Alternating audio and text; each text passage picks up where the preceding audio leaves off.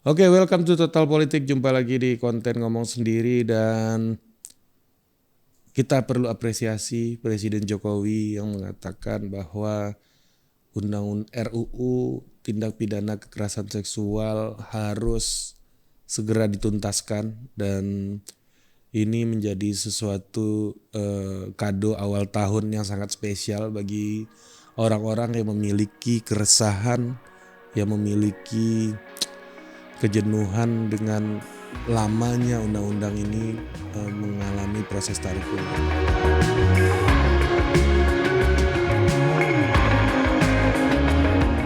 Oke, undang-undang TPKS ini, RUU TPKS ini kemarin sempat sudah banyak mendapat dukungan tapi dibawa ke sidang yang lebih luas ternyata ditolak terutama oleh partai-partai yang memiliki haluan atau memiliki segmentasi pemilih yang berada di kelompok Islam kanan lah gue bilang. Islam kanan lu pasti ngerti maksud gue dengan Islam kanan itu apa, yaitu PKS gitu. PKS yang paling getol menolak, tapi partai-partai lain pun di DPR agak hati-hati. Misalnya Golkar tuh nggak bilang nolak tapi menunda. Nah ternyata Golkar minta nunda, PKS nolak, sekarang presiden maunya ini harus cepat gitu, harus didorong dengan cepat. Nah yang perlu lu ketahui ya, ini apabila negara ini ibarat perusahaan gitu ya, pembagian sahamnya itu eksekutif legislatif itu ya anggap aja 50-50 lah ya. Dua-duanya itu pembagiannya 50%. Ini dalam konteks pembuatan undang-undang nih, dalam konteks pembuatan aturan di DPR gitu ya. Nih gue jelasin secara simpel aja ya, mungkin ada reduksi ya tapi ya nggak apa-apa gitu. Tapi ini prinsipnya kayak gitulah. Ada 50-50. Mungkin kalau untuk pemerintah daerah 50-50, kalau untuk pemerintah pusat mungkin 51-49 gitu. Karena kita presidensialism gitu. Oke, kalau di pusat 51-49 berarti eksekutif memiliki 51% saham gitu. Sementara legislatif memiliki 49, yang mana 49 ini harus dibagi dengan 9 partai yang ada di sana. Oke. Sementara 51% yang dimiliki oleh eksekutif itu otoritasnya sendiri, otoritasnya penuh di tangan presiden gitu. Nah, ketika presiden ngomong kayak begitu, gue dapat info dari DPR bahwa semua panja itu ya termasuk Bang Willy Aditya itu dari Nasdem langsung 5 kali sehari dia masuk TV dan membicarakan RUU PKS ini dan semua proses dikebut dan ditargetkan di bulan Mei atau Juni itu April atau Mei April sidang pertama itu sudah diketok bahwa undang-undang ini akan disahkan gitu, sekuat itu, sepowerful itu kekuatan eksekutif. Nah, tapi masih ada yang sinis terhadap apa yang disampaikan oleh Pak Jokowi ini. Menurut gue sih gue nggak peduli lah ya, yang penting ini undang-undang masuk aja gitu. Karena ini concern kita bahwa nanti gue punya adik perempuan, anak perempuan gitu yang sangat berpotensi, walaupun laki-laki juga berpotensi, tapi bagaimanapun korban terbanyak itu kan perempuan gitu. Nah, inilah kondisi yang kita hadapi dan buat gue sih ini udah goal itu aja udah sangat gue syukuri gitu. Tapi ada yang tetap yang sinis mengatakan bahwa kenapa nggak dari kemarin-kemarin? Kenapa baru sekarang? Ya tadi itu gue jelasin ada 49%, ada 51%, ya. Nah tapi itu kan dalam konteks korporasi itu presiden atau eksekutif tuh bisa ambil alih langsung. Tapi kan ini demokrasi yang ada mekanismenya di parlemen, yang mana ada etika dan ada kepatutan gitu. Yang satu tidak boleh melebihi wewenang yang lain gitu. Ini ada pembagian fungsi kerja gitu. Nah jadi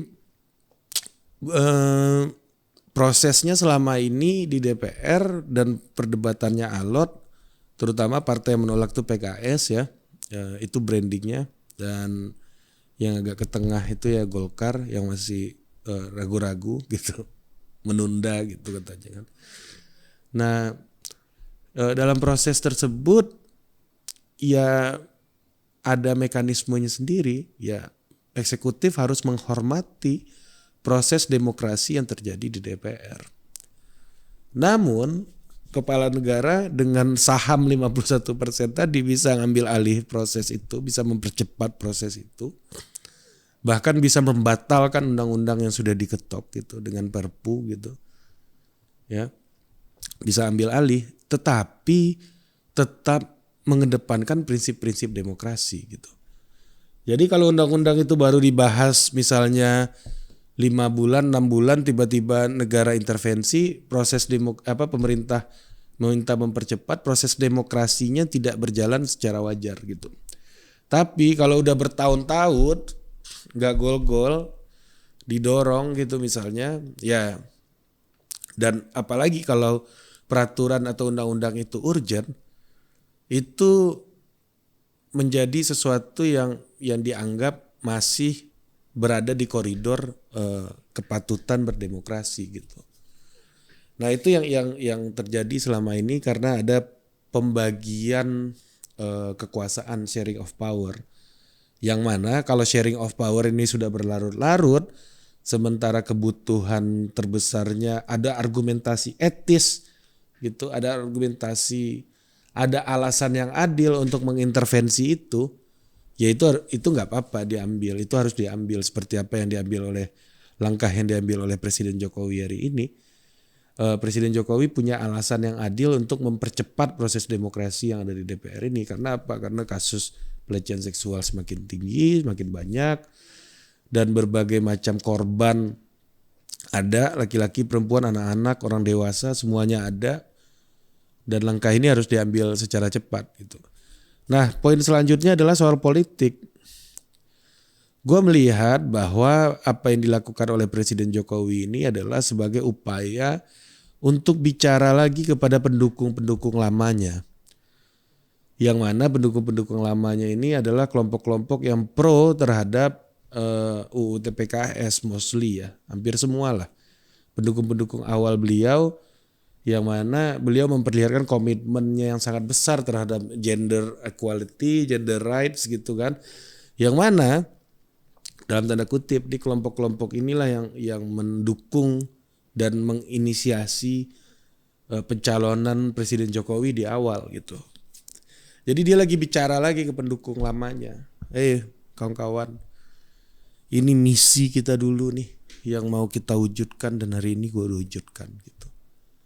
Jadi ini momentumnya dan gue merasa makin kesini Presiden Jokowi makin kuat gitu. Nah, apa maksudnya bicara kepada pendukung lamanya yang sudah menginisiasinya untuk maju jadi presiden dulu? Nah, ini butuh waktu untuk menjawab. Apakah maksudnya menginisiasi yang lain lagi? Kita nggak tahu gitu. Tapi ini adalah upaya Presiden Jokowi untuk bicara kepada base-nya sendiri, bicara kepada pendukung lamanya, pada kawan-kawannya, kepada sahabat Joko Widodo, SJW, sahabat Joko Widodo. Yang kemarin sempat renggang hubungannya, sekarang lagi dekat lagi gitu kan. Itu juga ya terkait dengan pencabutan izin tambang itu juga gua rasa sih juga sesuatu yang terkait dengan upaya untuk bicara sama pendukung lama lagi. Yang mana pendukung lamanya Pak Jokowi ini kan kelompok-kelompok hardcore isunya kayak gitu ya. Environment, terus gender equality and so on gitu. Jadi ini menurut gue lepas dari kepentingan politiknya apa, ya kalau kepentingan politiknya yang gue baca adalah bicara pada pendukungnya lagi. Tapi bagi gue ini suatu hal keberanian sebagai sesuatu langkah progresif gitu di pemerintahan Presiden Jokowi, dan apabila memang beliau berakhir di 2024 nanti, ya ini sudah bisa dikatakan sebagai warisan pemerintahan beliau, legacy pemerintahan beliau, yaitu memastikan bahwa anak cucu kita, orang-orang terdekat kita, bahkan kita sendiri itu aman dari praktek tindak kekerasan seksual. Mungkin itu aja, sampai jumpa lagi di konten ngomong sendiri berikutnya. Dah.